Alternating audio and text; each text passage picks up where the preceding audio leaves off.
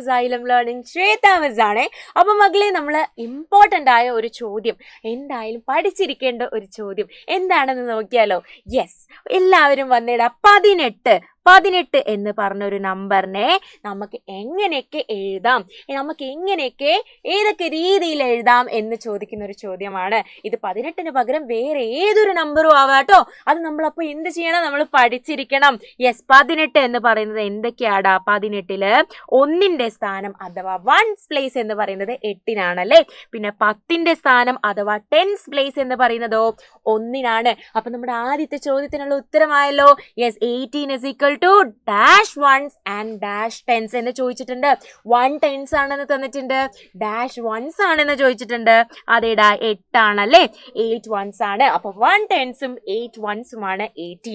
അതുപോലെ dash once, എത്ര once ആണ് 18, എത്ര ഒന്നുകളാണ് 18 എന്നാണ് ചോദിച്ചത്.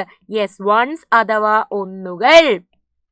അപ്പൊ മക്കൾ എന്താ ആലോചിക്കണം എന്നറിയോ? വൺസ് എന്ന് പറയുമ്പോൾ മക്കളുടെ കയ്യിൽ കുറെ 1 രൂപയുടെ നാണയങ്ങളുണ്ട്, 1 rupee കോയിൻസ് ഉണ്ട്.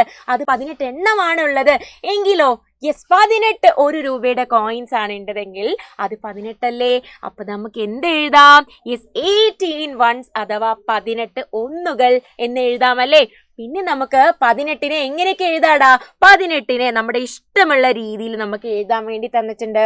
10 + 8 18 അല്ലേ, 10 + 8 18 ആണ്. യെസ്, 9 + 9 18 ആണ്. അങ്ങനെ നമുക്ക് ഇഷ്ടമുള്ള രീതിയിൽ നമുക്ക് എഴുതാലോ. അപ്പൊ 9 + 9 18 ആണ് എന്നുള്ള പോലെയാണ് മിസ് എഴുതി വെച്ചേ. ഇനി ലാസ്റ്റ് ചോദ്യം, ഡാഷ് സബ്ട്രാക്റ്റഡ് ഫ്രം 20, അതായത് 20-ൽ നിന്ന് എത്ര കുറച്ചാലാണ് 18 ആവുക?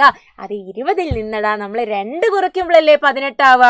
അപ്പൊ 2 സബ്ട്രാക്റ്റഡ് ഫ്രം 20, 20-ൽ നിന്ന് 2 കുറയ്ക്കുമ്പോഴാണ് നമുക്ക് 18 കിട്ടുക. അപ്പൊ ഇത്രയുള്ളൂടാ നമ്മുടെ ഇന്നത്തെ വീഡിയോ. നമ്മൾ ഇനി അടുത്തൊരു വീഡിയോ ആയിട്ട് കാണുന്നതായിരിക്കും. അതുവരേക്കും ബൈ.